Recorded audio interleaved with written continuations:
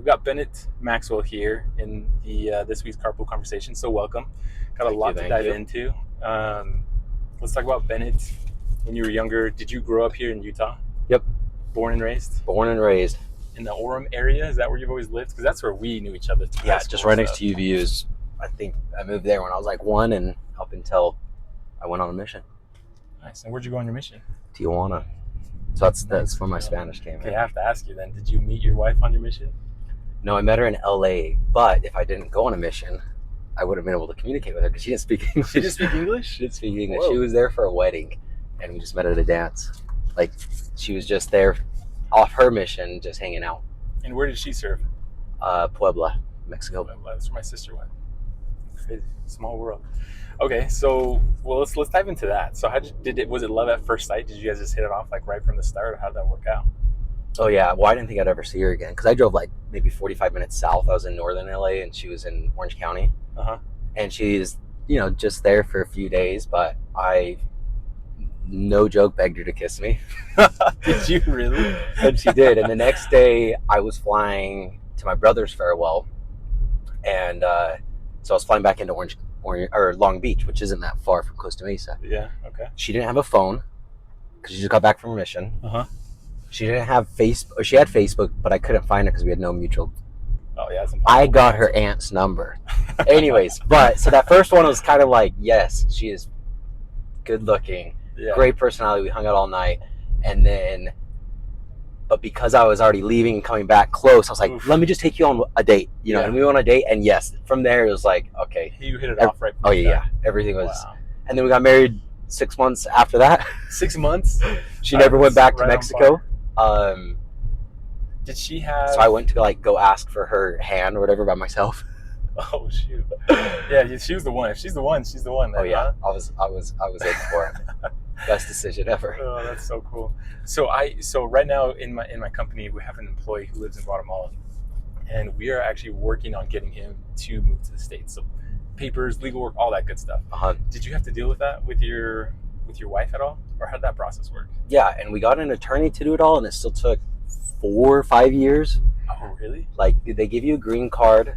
It's a temporary green card for 2 years. Then after the 2 years, then you can get your permanent green card. Yeah. And then after 5 years total, you can get your citizenship. So she got her citizenship last year. We got married.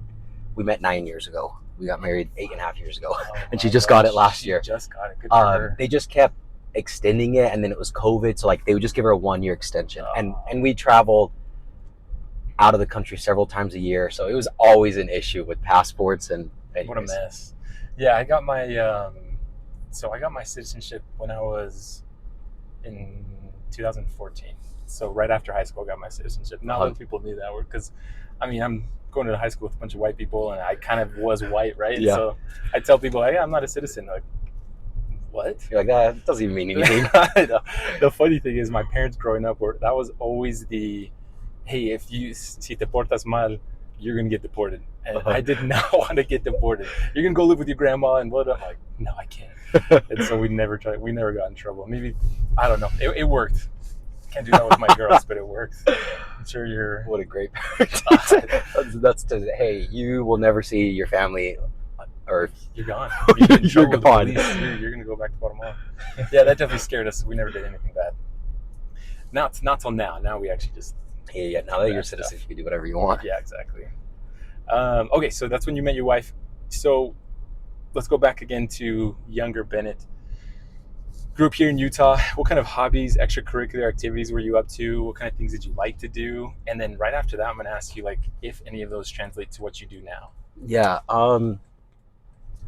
Just my mom to allow me to play tackle football earlier, filled out the paperwork that I was in 5th grade instead of 4th, so I could play tackle football earlier. Wow, nice. And she just signed me up for every sport, football, basketball, baseball, whatever.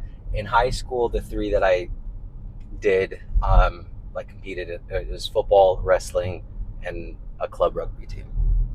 Wow, busy. Yeah, snowboarding, wakeboarding, because I'm now kind of thinking, what do I do now? Longboarding, I'm getting back into longboarding. Wrestling is I was the most grateful that I did that, because just any sport you ever do, or anytime you move your body, like you just know how to move your weight around and somebody else's weight around. So I think that translates to kind of everything. A lot of things. I mean, anything physical, you're just like, oh yeah. I mean, and now I'm not playing tackle football. Do you remember Trey Valdez? Yeah, QB. He's playing, dude. He's playing right now? He's got a team. What do you mean? Like an adult? Yeah, like an adult tackle football team in Sandy, because he hit me up about it like 2 months ago. I was like, invited you? And I was like, dude, I don't want to get hurt. I'm too old for that. He's like, he's like, no, nobody gets hurt. Just like last year was just a torn hammy. I was like, bro, that's hurt, dude. I don't want to do that. Wow. Okay, I didn't know that's a thing still. Yeah, yoga. Like this morning, I did yoga at Vasa. Oh wow. I'm more flexible than I ever have in my life. Wow, that's very impressive. Which is fun.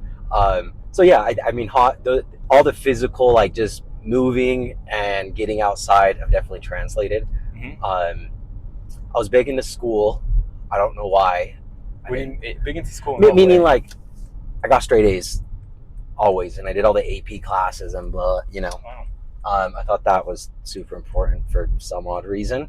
That was driven just from you? Like you didn't get pushed by... I thought my mom wanted me to get good grades, and then I found out that my oldest 3 siblings, which are quite a bit older than me, like 15 years around that, they were all dumb in school.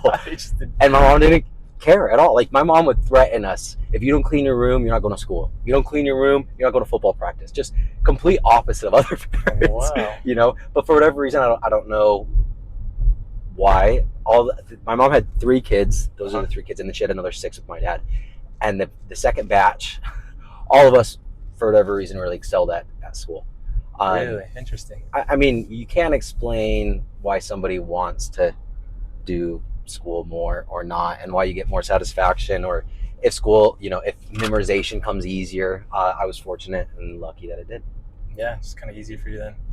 Yeah, it probably is a hard thing to explain. On the flip side, I think it's easy to explain why somebody doesn't like school. Like, for example, I've talked to a lot of people, and like it's just hard for me to study. I just didn't enjoy it. You know, you can come up with a bunch of different reasons, but yeah, sitting in a classroom for 8 hours, being instructed to listen to someone that doesn't know what the hell they're talking about. You have to ask permission, go to the bathroom, ask permission to speak, and you get out of your seat when the bell rings. I'm just like, are we cattle? What is this? Like, looking back now, right? Yes, I'm not a big. I'm considering homeschooling my kids. Really? Okay. And why like is that? Me, well, one, I think it's fun. My kids are very curious, like I was, and I'm very nerdy, and we do science craft. And I'm like, I could do homeschool for them, so but I want the teaching them. Yeah. Oh, okay.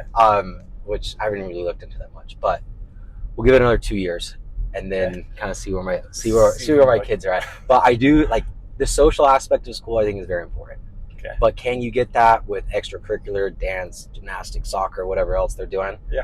And then not train their brains on how to just follow instructions? Because everything I'm doing is all about not following instructions and finding a problem, looking at it 20 different ways. I mean, entrepreneurship is, I think, the exact opposite of what they teach you in school. It's not, school is not problem solving. There's one answer and you have to find it. Right? Yeah, and true. It's like, no. That hasn't been what I've learned in life. Do you feel like you've always kind of been like that then? Yeah. Wow. Yeah, I mean, in elementary, I was selling candy bars and like at school, and we did shaved ice on the corner. We did lemonade. I was selling snow shovels door to door in junior high, along with lawn aeration. Yeah, dude, for football, if we went to Price.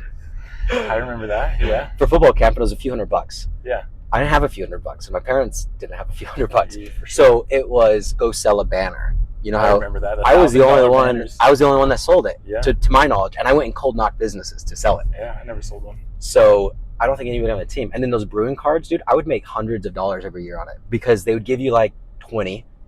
I would go sell them all, and then I would either find more, they'd give me more, whatever. Like and I just kept selling them, dude. Yeah, you get $20. So I'm like, oh, give me another 10 cards, and I'm gonna go sell that for $200.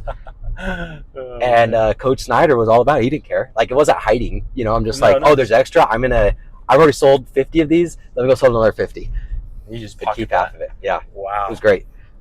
I remember those days too. It was hot and just knocking doors. I had a miserable time, but it sounds like you had a good time. I lived in a really rich ward, and I was one of 9 kids from a poor mom, single, so it's like, I think that, I mean, everyone they would have bought anything for me, and it was because they were helping out the poor kid in the ward. I mean, they took care of us. The ward took care of us. Yeah. They gave us, like, after every activity, they'd bring food and things like that. But I think that gave me confidence. I'm like, oh, I could sell. That set you up, right? It set me up because, like, every door I knocked, people were buying stuff, and they'd buy 2 or 3, Yeah. Because, again, it was just like a tight ward. I knew everybody knew me, and they wanted to support me more than, I don't think it was my sales skills. Okay. But I think it built confidence, which is probably the number one thing in sales, and then it led me to a sales career. So I'm very fortunate that I got born into that rich ward. All right, so location, huh?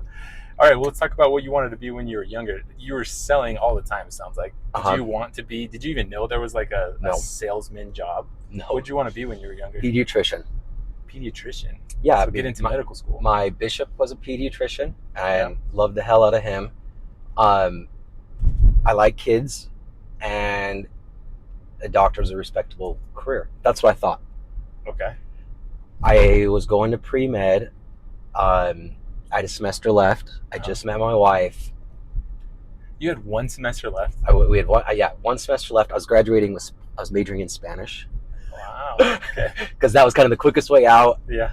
Plus all your pre-med classes. Right. And then I did summer sales for the first year. I did 2 months. That's when I met my wife. Second year, I did the full summer, and I made $250,000. And I'm like, why the hell would I be a doctor? Because crazy money. Because I'm like, that was 5 months, plus a few months of recruiting, of work, and I didn't go to 8 years of school, 3 years of residency, and $100,000 in debt.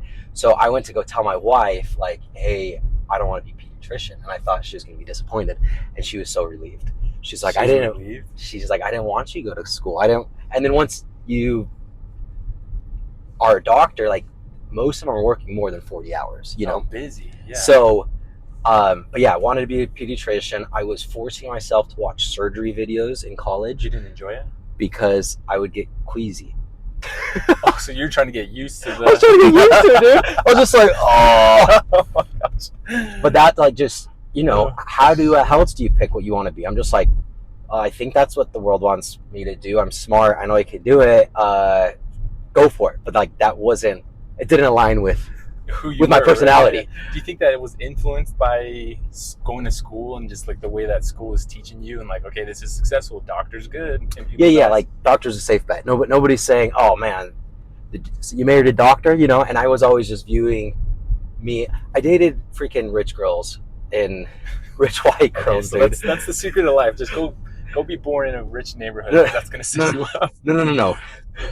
All their parents were assholes. Like, okay. All of them, dude. One of them called me an orphan, dude. I'm like, I'm not an orphan. I just have divorced parents. Oh my gosh, dude. But it was a lot of like, oh, I need to prove myself. I was driving like a 92 Buick in high school, just like a shitty car. And I'm dating really rich girls.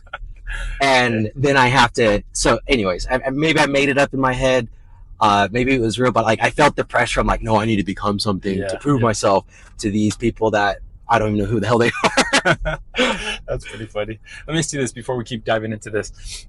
You got kids. Were you there during the delivery of those kids? Yeah. Were you used to the like, did you get queasy at all? Did you get faint during that process?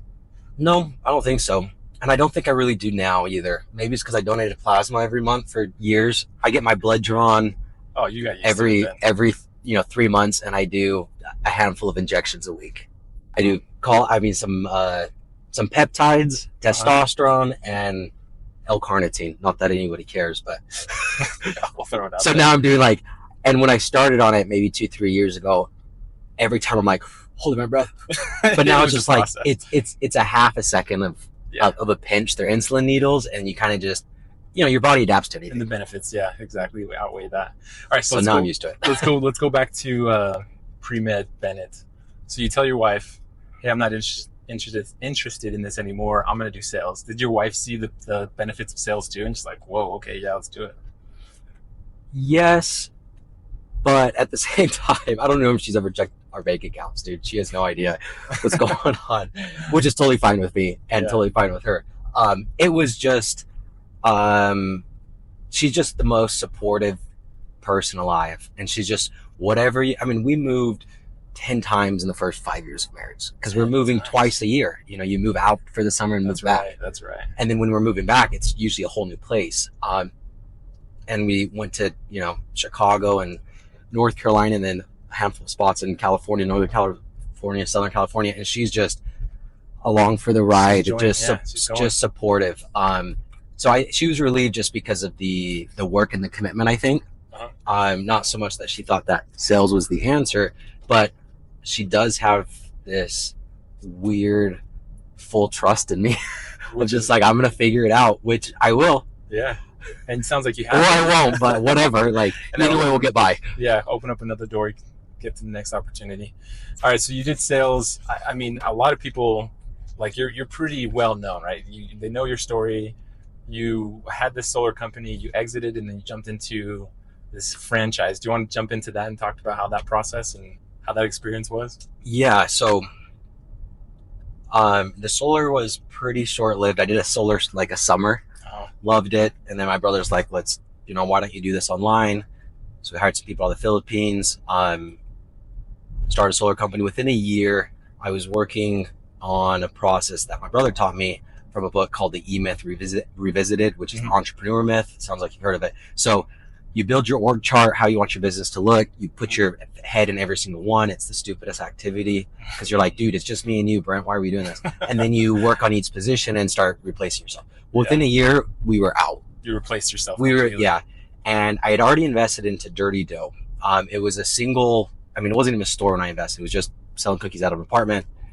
It was some dude who just started that? Tyler Peary. He went to high school. He was 2 years younger than me, so 3 years younger than you. My brother's friend. He just posted on Facebook. He was looking for an investor. So I invested. He opened up the storefront. And then I'm pushing him to franchise it right at that same time. Like, I'm like pretty much out of the solar business. Yeah. And he's like, I don't want to franchise. I want to sell. And I'm like, why did you want to sell? Just a lot of work. Just didn't want to deal with it? Yeah. Restaurants are, talking like the E-Myth Revisited, the example is the baker, and working the 80-hour weeks, not really owning a business because you work the most hours and you get paid last, So I think he was living that. And I also think he'd given up 45% of his equity for investment to open that up. So he's like, well, I'm doing 100% of the work for only 55% of the upside. And I'm like, yeah, that sucks. But that's what it is to bring on money. If you do, I would argue that he didn't do it correctly, but it doesn't matter. Anyway, so he just wanted out. I'd never even, I think had been in the store maybe once. So there actually was a storefront at this point. There was one one in Tempe. I was living in San Diego and I was like, what the hell? So I bought it 6 months after I bought it because I was kind of doing it. I was definitely doing it part-time, still doing solar, sold the solar business and then jumped into Dirty Dough full-time. And that was 3 years ago from this month, actually. Oh, wow. Congrats on that. That's an anniversary. So yeah, it's how was the transition though from solar to just the restaurant industry, franchise industry? Oh yeah. People, I would get on the phone with people like even after we franchised and we'd sold 100 franchises. People were like, oh, the FDD. I'm like, what are you talking about? It's just a different vocabulary. Okay. Like the franchise disclosure documents. Everybody knows that. An ADA, an area development agreement. This is all new territory. Yeah. and I would just stop everything. Everybody. I think sales got me into like or maybe books I read. I don't know. I'm just like, I don't care to look stupid and pause somebody and be like, what the hell are you talking about? Yeah. And I also think that it's their job to verify if they're using some weird ass acronym to know. Yeah, it's like, is this legit? So I think that allowed me to learn it a lot quicker. And then also just networking with everybody. And then talking to everybody about, hey, this is what I'm doing and getting feedback. Like right next to that So Delicious that we just went to, there's a business called Everable. Oh yeah. And I lived in San Marcos, California, northern San Diego.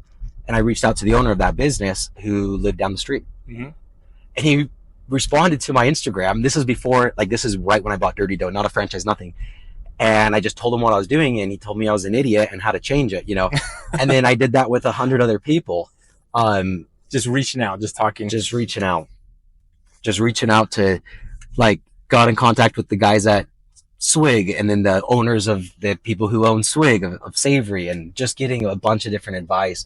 Got some good advisors right off the bat. That one of them owns the largest property management franchise in the nation. Is it PMI? Yep, Steve Hart. Steve Hart, heard of that guy. Yeah, Steve's awesome. So we got him. I was getting another advisor that did a company called Maui Wowie Smoothies and Coffee in '83. So she's been doing it for 40 years. Ooh. Grew it to like 600 something, and she's like, "You don't need me to be an advisor. You need me to come run this." And I'm like, "That's an option. I'll take it." So I heard her like the month we filed our franchise paperwork as CEO. Okay. And that was a good decision, because again, it's like there's no way I could learn everything. Yeah, in the franchise curve, right? The franchising is its whole world, and then you have just the restaurant industry as a whole world. And then we were vertically integrating, like, no, we're going to essentially produce all of the cookies for franchisees, ship them out so they could just put them in the oven. Right. And then we became a logistics company and started buying trucks and crap. You know, it's like, and every one you need years to learn, or you get good advisors, hire good employees, or bad employees. I've done that too. Mm-hmm. Yeah, it happens. It's all part of the journey, right? Yes. Okay, so for being honest here, it sounds like you were very underqualified for this. Oh yeah, Dirty Dough, but you surrounded it. I say that lightly, right? Because I mean, I still am, dude. I still am. So tell me, you kind of already said it. It's kind of like leading towards it. Is the secret really just surrounding yourself with people who just know what they're doing and then just letting them go do their thing? Yeah. It's still like, I just thought you look at somebody's like resume and you're like, this dude was the CEO of Blend Tech and he took him to $100 million. We hired that dude to run our wholesale side. Dixon? Who was that? I'm going to talk a little bit of crap on him, so I'm not going to tell you his name. I'll tell you after though. Yeah. We spent $300,000 and got nothing out of him. And he just lied to us and signed a bunch of shit that in my name and leases, and just like a mess. We hired a former CEO actually of Swig, and great guy, but anyways, didn't work out. Yeah, well, I'm not good at vetting people, so it's like now it's like, it's not even just like looking and hiring the right people. I think it does come down to, for me, it came down to getting a really good advisor, and this guy his name's John Richards, and he had his first company at its peak was a $30 billion company. Getting somebody like that, and then he taught the BYU entrepreneurship program for a decade, and helped him become #1 in the nation. Jeez. Getting somebody like that, and then having him be like, "Oh no, you shouldn't have hired that Blend Tech guy just because of it." You always have to, and you can't just call his references. You have to go on social media, find mutual connections, and go hit them all up and ask them. Like, those are the types of things that you get from a really experienced advisor. And you could get advisors in your business, which I didn't know about this until after I sold the company, because I went and took this startup course that he gave called Startup Ignition. You give somebody 0.5% to 1.5% of equity for a company that's worth nothing, because Dirty Dough was, we were losing money. We had one store, we weren't a franchise, but you pitch them the vision and you say, Emil, if you're my advisor, I'll give you 1% of my company over 2 years. Okay. So if you don't stick around, then you don't get your 1%. Mm-hmm. So you're still protected. You're not just handing it out.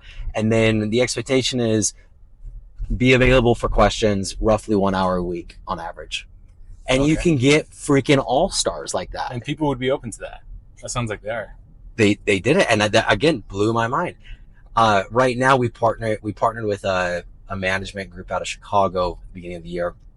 And same thing, like, they're advisors, and it's like, regardless of how much they're actually helping you, people don't want to buy a franchise from Bennett Maxwell, right?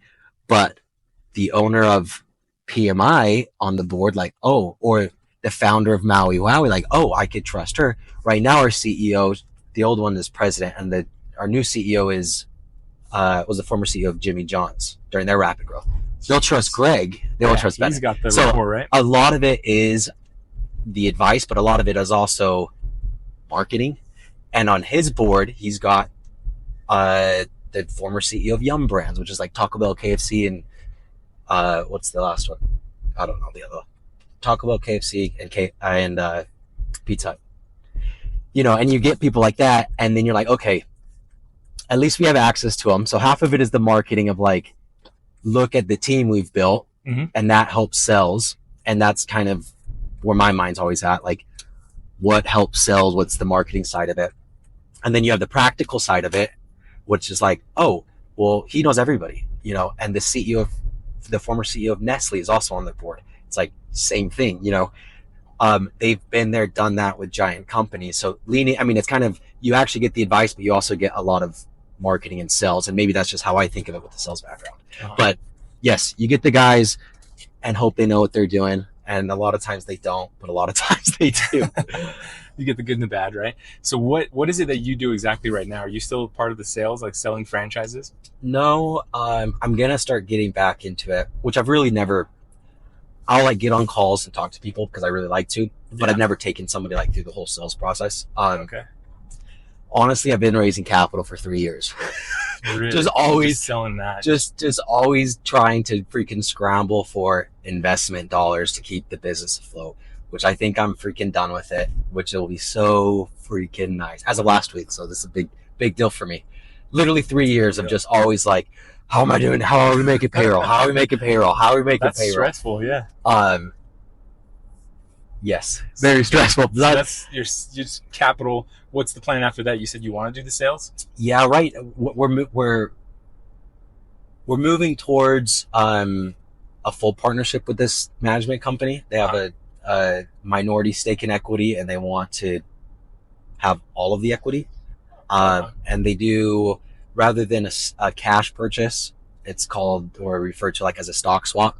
Okay. So you change your company for stock in that company. So that's the direction we're moving. Hopefully it'll happen here pretty within the next 2 months. And my plan would be to sell franchises for all of his brands. He has like another dozen brands, but not just for Dirt Deal. But the legal side, and just, you know, and we were in a lawsuit for a freaking year and a half. Yeah, that got big. That got really big. Legal, and you know, you have franchise attorneys, you have corporate attorneys, you have all these different entities, and it's so much to freaking learn. And then you have your litigation attorneys, and then your IP attorneys, and you can't even keep them all freaking straight. And they're all just billing you, and you just get raped by bills. Oh man. So legal and finance is what I've worked on, and I'm not a finance person at all, but it's more finding investors, networking, raising capital, and kind of handling that relationship. Yeah. So is your long-term vision to stay doing something sales-wise with these franchises? Or what's your long-term? I have no long-term, and I'm not going to set a long-term because it changes so much, and it's just whatever comes. I kind of went through this phase with sales, like recruiting teams and training, and then taking all the stress, and, you know, somebody comes out, they make 20 grand, and you're just like, I'm a failure, and they're stoked. Yeah. But I'm like, I'm a failure because I thought you're going to make so much more, and like carrying that, you know, I mean, there's just a lot of stress with it. Yeah. And then I'm like, screw all that. I could make just as much money if I just do Vivint and I don't recruit. And then I did the same thing with solar. And then I started the solar company. I forgot that I didn't like to manage people, and I just wanted to sell. Yeah. So I started a solar company because it's fun and exciting. But I was making more. I mean, I made more money on the exit, but like I was making more money day to day, year to year, just selling versus just 4 p.m. to 8 p.m. 5 days a week, and just like, that's it. And then now I'm back into Dirty Dough, and I'm just like, yeah, I want to make money again. You know, like paper money is like, you know, you're worth XYZ because your company's worth XYZ, but it's not like you could take the money out. It's not liquid, so it's right? Fake. But I'm like, yeah, whatever I do, I think I've been kicked in the short skin. I'm like, no, I don't like managing people. I don't like all that. I just like selling and making more money and working less hours. Yeah. So I'll do that with franchising. But yeah, I mean, if I like it, I'll stick with it. And then see where that takes you. Then you're going to fall in the same cycle of like, you know, I'm just going to build this up. You end up managing people, and then you realize you don't want to manage people. Go back to sell again. Yep. So let's talk about, so you've got these attributes and these skills. Have you noticed with like selling and people and bringing people together.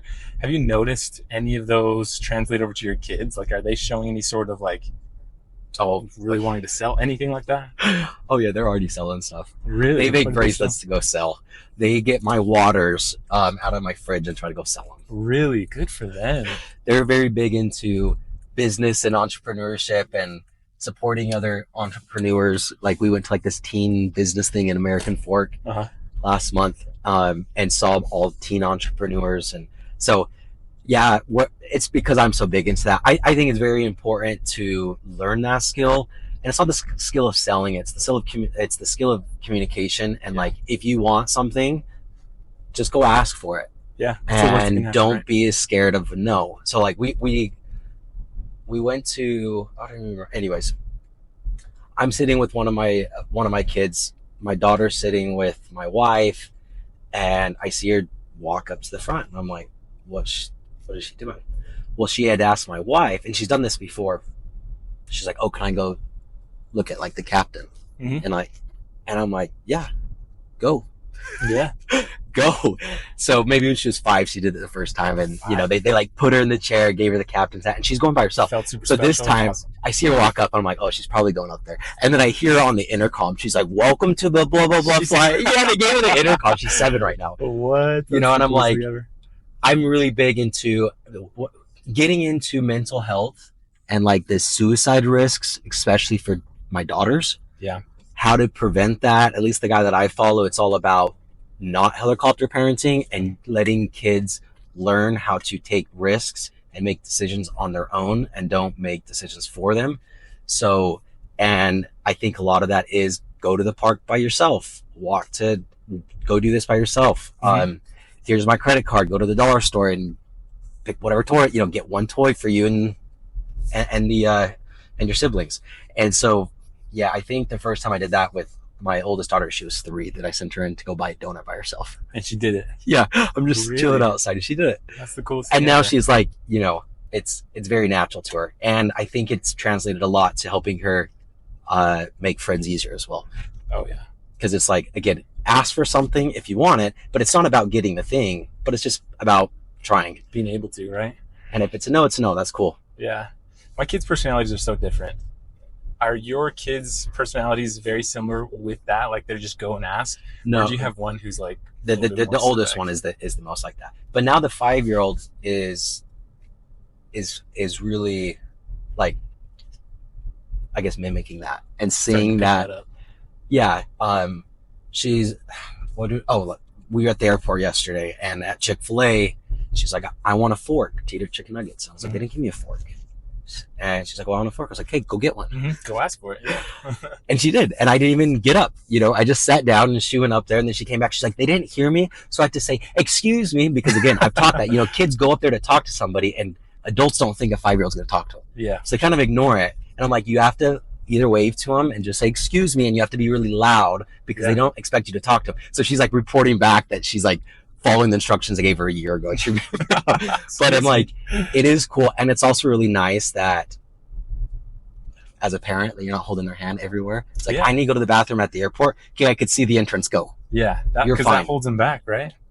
That's so I think, yeah, all of that is communication skills, which, you know, you say sales skills and it's like got this connotation. You say communication skills and you're like, oh yeah, that's good. Yeah, communication good. Yeah, for sure. Yeah, that's big. My daughter's the same way. So my second one is like that. She's just naturally just outspoken, just makes friends with everybody. Literally everybody. She's like, hey, I just made a new friend. It's like, what's their name? It's like, I don't know, but we're playing. Yeah. My first one is a lot more reserved. And so it's taking a little bit longer for her to kind of crack that shell that she has, but she sees her little sister do it. And I was like, hey, she can do it, you can do it. And so it's nice to see that. Oh yeah, for sure. Because I definitely was more of the reserved type, more kind of quiet. And now realizing as I'm older, again, to your point, adults can learn this. If you want anything, you got to start talking. You got to start learning how to talk with people. It's kind of a big deal. And then in the sense of like in achieving what you want to achieve, which I don't know if that's super important or not, but that's a different, but more of mental resiliency so you don't have anxiety and depression. that's really the angle that I'm coming at, because that's what I think is, you just have kids that are just glued to their phones and their parents do everything for them, and then they get to junior high and high school and they have to like make decisions for themselves. Yeah. So that's really my goal, is building confidence in a way to hedge off anxiety and depression, and build up mental health, rather than like, oh, you could go make money. Mm-hmm. Yeah, that makes a lot of sense. There's 2 questions I ask everybody in these conversations. First one is, if your younger self could see where you're at now, how do you think they would react? Yeah, I think I'm complete. Like my thoughts and my beliefs are 1,000% different than what I could ever imagine. As far as like, which is, I think, where I'm more grateful for or proud of. Which I, again, looking back, I would be like, oh no, you're going to hell. You do drugs. You're drinking coffee. You're drinking coffee and you take mushrooms, you sinner. From like a business standpoint, I think I've achieved more than I thought I would achieved. Physical, I think I'm in the best shape that I've been, maybe other than like peak wrestling shape, you know? Yeah, that's intense. That's intense stuff. So I feel really good about that. And then family life as well. I think my family life is better than what I could have imagined it, which I think ultimately reflects back to a change in belief systems and thought process. But yeah, it's crazy to even like try to go back and like, wait, how would you view yourself now? See where you're at right now. Yeah. Life changes so much. Especially here in Utah, right? Things are just there's just really one way of thinking in a certain community, right? Mm-hmm. And it's just like, you grow up in that and there's nothing wrong with it. Could be good. You learn some good valuable lessons, some good values, but then at the end of the day, you just got to learn who you are and what you want to do and take it from there. Yeah. You mentioned mushrooms. You want to dive into that? Yeah, I think that was probably about 3 years ago when I started into psychedelics. It was actually somebody from high school too, Wes Christensen. I was just going to say that. I've heard Wes, the guy to go to talk to you about that. I was trying to do like a mental health nonprofit, and I'm talking to Wes because he was like a peak performance mental coach. Yeah. And he's like, don't decide until you've done mushrooms. He's like, dude, I don't do drugs. And it had nothing to do with religion. I'd left my religion. Mm-hmm. But I'm just like, no, because it was more like, well, I take care of my body. Maybe, I don't know. No stigmas from Dare, mm-hmm. from Officer fucking his friend. Because they just loop it up. I mean, it's like cocaine, heroin, mushrooms, marijuana, boom, all. And so but cannabis and mushrooms and LSD don't have a toxicity level to humans. Mm-hmm. There's never been an overdose. Like, why is that in the same category as heroin? What? It's so funny. The amount of times that I was taught to say no to people when I was going to be offered drugs, it never happened in my life. Well, okay, maybe 1 or 2 times, but like, it's like, say no to drugs. They give you this pill, don't take it. It's like, man, the amount of times that happens is really, really low. Mushrooms have completely changed my life. The science on it, when you look under brain scans where somebody's under mushrooms, because you have these, out of this world experience, you can't explain it. There's nothing like, there's nothing even close to explaining what a psychedelic experience is, because you have to do it. Mm-hmm. It's in a freaking different world. You forget who you are sometimes. Like, you literally don't know who you are. Is that scary to you at the moment, though? Or you're just yeah. I would say the top 5 worst moments of my life, as far as like agony, fear, deep, painful emotions, all on mushrooms. But on the flip side, same thing. The top 5 most connecting, beautiful experiences have also been on mushrooms. And even those negative ones, you come out realizing like, that wasn't that bad. I died and I went to hell and a never-ending mind loop, and I really thought I was dead for a little bit. But I got through it, and I'm here. Like, yeah, it can't get worse than that. That's true. Nothing. The business fails. Everybody hates me. Like, I would still take that over that experience over a long time, long extended period. So, very, very intense experiences. But you come out, okay, so it deactivates the default mode network, which is like the outermost layer of your brain that develop last. And that is like in charge of your ego, which is like how you view yourself, who Emil is, who Bennett is, and like, you know. Okay. So it actually deactivates that, which allows the more primitive or the subconscious mind to come forward. And then you can actually see what's controlling your life. You know, you're like, oh, I didn't know I operated my entire life out of fear for failure and a lack of security and whatever. Yeah. And then you do, I mean, doing that, and then it also increases neuroplasticity, so you can learn things quicker. Not during that time, but for the next, you know, how they say 3 days. Mm-hmm.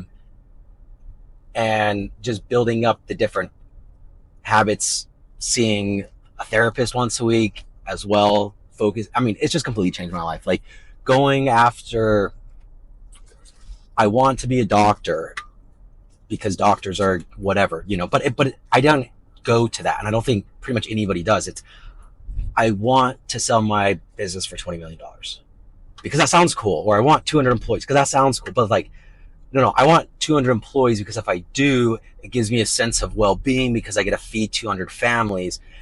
And that's not even enough, in my opinion. It's like, well, why the hell do you need to have that sense of well-being that you're helping? Like, why doesn't that come internally? And then it's really narrowing down to like how you want to feel. And it has to be based on emotion because everything we do is to feel a certain way. And if your goal isn't, I want to feel this way, then it's not the end goal. It's just a step that you hope is in the right direction, but it's usually not. I was talking with my buddy yesterday and we did sales together. We served a mission together. Mm-hmm. Very successful guy, has a plumbing business. You know, handful of properties, some of them paid off, good net worth. And we're talking and he's just like saying something about, like, yeah, I sold this house. I got a bunch of cash out. So now I could do X, Y, Z. Mm-hmm. And I just said, but why? Like, that's where I'm at right now. I'm just like questioning everything. Yeah. But why the hell do you want that? It's not going to give you what you want. Like, you don't need to look anywhere other than your own life. Like, the first time you made 6 figures, what did you think it was going to feel like based on what it felt like? Yeah. When you got married and you have an amazing wife, didn't you think your life was going to be perfect then? Mm-hmm. And then when you started having kids and it was going to be perfect. And then when you owned a business and then you're a millionaire and then you have $1 million liquid and you hit all these goals, but you're still going for goals, dude. Like, do you realize that you will never, ever, ever, it's never going to be as satisfying as you thought. And you don't have to, again, just look at your own life. Look at every goal you've ever reached. And you're just like, why do I keep telling myself the next goal is going to be it? Mm-hmm. The next goal, I'm going to get more satisfaction than the other goals because it was bigger. Just doesn't work. I don't even know where I went on that, but no. What did he? How did he respond to that though? Was he just like, oh no, yeah, we're as tight as ever. So like I could, yeah, he's just like, yeah. That's a good point. Meaning it wasn't me like attacking him. Yeah. And when you do mushrooms with somebody, you're completely vulnerable and they're completely vulnerable, and then nothing else ever in life matters because you're just like. Yeah. We've seen everything. That's crazy. So you're in a point in your life where you really do question everything. It's like, if I'm doing this because of my reasons, not because it's external reasons of glory and because I get to do X, Y, Z or I look like that, right? Yeah. I've that's where I'm at right now, and it changes every week. But it's you're never going to achieve. I mean, your goals are never gonna make you happy. Just they won't. They never have. They never will. I mean, give you a lasting happiness in the way that most of us think it will. Mm-hmm. It gives you momentarily happiness, and then your brain goes back to equilibrium, and you're back to where you started, and you just set the next freaking goal, and then you do that your entire life, all to hopefully achieve money. And once you have the money, what do you want to do with it? Well, you don't know because you don't think about it. But if you thought about it, it was, and this is me again talking with him. I'm like, yeah, dude, look where we're at. Because his kids were riding bikes on this playground thing and the sun was setting. I'm like, everything we're doing is so we can have this moment. Uh-huh. Talking with each other in a beautiful setting, mm-hmm. with family, and just having a good time. It's like, but guess what? We're already here. We made it. We've made it, bro. We've made it. So don't waste your whole life trying to get the money to then spend time with your family. And it's not time with your family, it's being present with your family. It's like you could just big difference. You could just do that right now. You don't need $100,000. You don't need $1 million. You don't need anything. You just need to do it right now and be with your family every day, or whatever you want to do. And that's where I'm at more at. Definitely reversed from, I think, mainly religion of like, it's all about delayed gratification. Like if you're not happy right now, it doesn't matter. As long as you're keeping God's commandments, you'll be rewarded in heaven. And I'm like, yeah, I'm not buying any of that anymore. It's now. Be present now. That's the biggest thing, right? It's now. So anyways. And that realization came from your mushroom experience. Mushrooms, ketamine. I don't think I had any realizations on LSD. I hated that. On what? LSD. That was another psychedelic. You weren't a fan of that experience? And no rush either. Therapy. Doing therapy for years. Listening to philosophy. Different podcasts. I mean, even a business podcast that I listen to all the time, Business Wars, and it's like voice actors. So it's like you're watching a show. It's cool. Yeah. But it's pitting two different businesses up against each other and like shows their history. That's pretty cool. And then you realize that every company like almost goes bankrupt, and it's like, oh cool, so everybody has struggles, and it's not about avoiding struggles, it's about being okay with the struggles. Because whether it's a Walmart or a FedEx or maybe So Delicious, I'm just joking, but like they all almost went bankrupt 20 times, or a Nike, you know. So then it's like, okay, stop achieving for perfection. It's never been had. Even watching the Taylor Swift documentary with my daughter, and Taylor Swift was very open about that too. Like, who's better of like, she does whatever she wants. She's a billionaire. She's the most popular and she shares her struggles. And it's like, well, I'm not, too, I still have struggles. They're just different. And it's like, okay, so now I need to set the target off of the destination, focus on the journey, and detach myself completely on the destination, because the destination is never going to be what we think it's going to be. You get there and you're just like, you're just like, cool, that was fun. Let me go do it again. But it's like, no, just focus on, cool, I'm freaking in the moment doing X, Y, Z, whether it's building a business, being with your family, whatever, and just trying to focus on that. Just being present is really the biggest thing then, huh? It's easy, especially when you're running a business, you're just doing a bunch of different things, to not be present. I think I see that in your socials a lot. You post a lot about your family. You guys are doing daily bike rides, things like that. I think that's a pretty good testament of practicing what you preach too. It's kind of a big deal. Yeah, and it's hard, and you always get reset, like you forget. But if you surround yourself with people, and I think you share the expectations with them of like, Mia, you are the most important thing to me, and if I'm working and you need me, and I'm gonna tell you, no, leave me alone. I'm working. It's the middle of the day. If you really need me, touch me and say, Daddy, I'm the most important thing to you, or whatever it is that she wants to say. And that's usually what she says. The same thing with my wife. Like, it's full communication. You have full permission to do that. And because I will forget. I will forget that you're the most important thing. Yeah. I will forget. Remind me. And I promise you, if you get my attention and remind me, I will drop everything. And so I need that help, because you always fall back. Just like any belief system, whether it's be like Christ. Well, nobody's like Christ, because you forget. Because it's not on your mind. So it's, how do you get it more on your mind? Which is also back to psychedelics. I think as you're learning new habits and new brain connections and thought patterns, increasing neuroplasticity helps a ton. So doing something like ketamine that you can get prescribed to you, you do it at your house. For me, it's been life-changing. And did you do this with Wes, or he just introduced this to you? He introduced me to the mushrooms. And then from there, I just ran with it. I just run with whatever I'm a go hard dude. Oh, so it's taking all the energy that I used to have on sales or building a business, and taking that energy and saying, well, no, I'm actually going to find what is preventing me from living my quote unquote perfect life. And that is emotions. And I'm going to go full in on that. And that's what I've been doing for the last few years, and, lost over 100 pounds.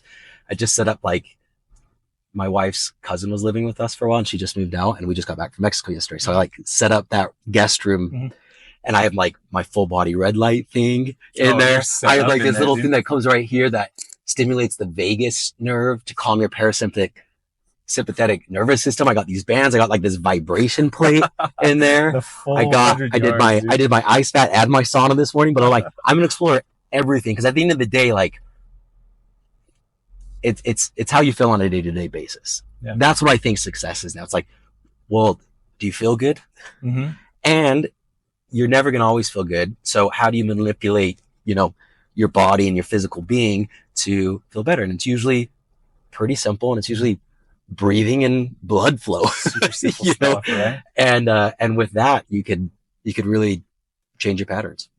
Jeez. Is that stuff that you do you see that being you doing that for a long time? Like, is it scalable? Because there's always something new, right? There's a new podcast that comes out. You got to do ice baths now. You got to do this red light stuff now. There's just so many things that are out there for you and the way that you see life. Do you see this being like a super long-term deal? Or it's like, for right now, this phase of my life, this is what I'm going to do? Oh, no, I think I'm going to do it forever. Really? I think it's the most important thing to do. You take out how much time you're working, and then what else and then how much time you're with your family, like actually with your family present. And then you still have hours a day that you just waste on Instagram and Netflix. How about take 30 minutes of that and or an hour, let's call it, an hour a day, heaven forbid. And you can do an ice bath, a sauna, a red light therapy session, a vibration plate, and a calming unit for an hour. Why would I ever go back to playing Balloon Tower Defense 6 on my phone over that? Yeah, that's a good point. It's priorities, right? If you want to get it done, you're going to get it done. But what is more important to focus on, right? An hour to be in your body, present. And then while you're doing it, I'm usually listening to, like a meditation or a yoga nidra. It's like focusing your mind on controlling your nervous system through perception. And so I'm like, I think this is the most important thing, because this is what's helping me feel the way that I want to feel more than everything else that I do on the day combined. On a daily basis. Yeah, dude, I just bought some grounding sheets. What the hell is that? Grounding shoes? $100. And I'm like, I've seen those. There's no science to it. There's no science to it. But it's like you could touch it and you can measure, because I actually bought like the little voltmeter thing. Oh, really? And like you can see that it goes down. Is there any benefit to it? No, but it's like, okay, well, I either lose $100 or I get better sleep for the rest of my life. Yeah. Worth it. I'm going to do it. I'll try it out. And if it doesn't work, it doesn't work. And if it works, it works. But again, I'm going to spend my time on that, or I'm going to spend my time on building a business for what? Yeah. For what? To feel good. Well, it's like, how would I just focus on feeling good? Do that now. Does your wife do any of this stuff with you? Yeah, she does a lot of it. Really? Like every morning, like this morning, I'm getting my peptides and I leave hers in the fridge next to hers. She doesn't do it all with me, but she does do. She's getting into it. She's on board. She's getting into it. Yeah, I'm always like this smoke shop right here. Yeah. There's something that I've been trying. It's called kratom. Have you heard that? Some leaf, and that's like the only ingredient. It's just a ground up leaf. And that elevates mood, things like that. So it's like, I'm always buying these other things. I'm like, try this. Your wife is like, all right, let's do it. Yeah. The new experience. So she's getting into it. My kids love it. Like, I'm putting the gym together today. Well, I'm calling the gym. It's like dumbbells and bands, Yeah. And they're all in there too, because they're like, yeah, we're going to work out. Dude, and they do yoga with me. They see it. And I'm like, I definitely want to teach my kids, like, you got to put your body first. And putting your body first, your mind is part of your body. I don't see a need too much to separate those. It's just like, focus on your body, which includes your mind, and that is done through movement and different stimulations, and I have most of them right here. And they see you do it, so they're going to jump onto that, right? It's always easier to show a kid than to tell them to do something. In this instance, just show them. Well, awesome, Bennett. We're coming up on an hour. We're already at an hour. Appreciate your time jumping on this with me. Conversation, just random things that we talked about, but a lot of good stuff. I'm going to hit up Wes. I'm going to talk to him. I want to get him on this and have a for sure, dude. Him. I think that'd be good. Goose has talked to him, my older brother. And so I've been curious. So we'll see what happens. I'll give you 10 out of 10 recommendations from me. Good to do it. All right. Well, thanks again, Bennett.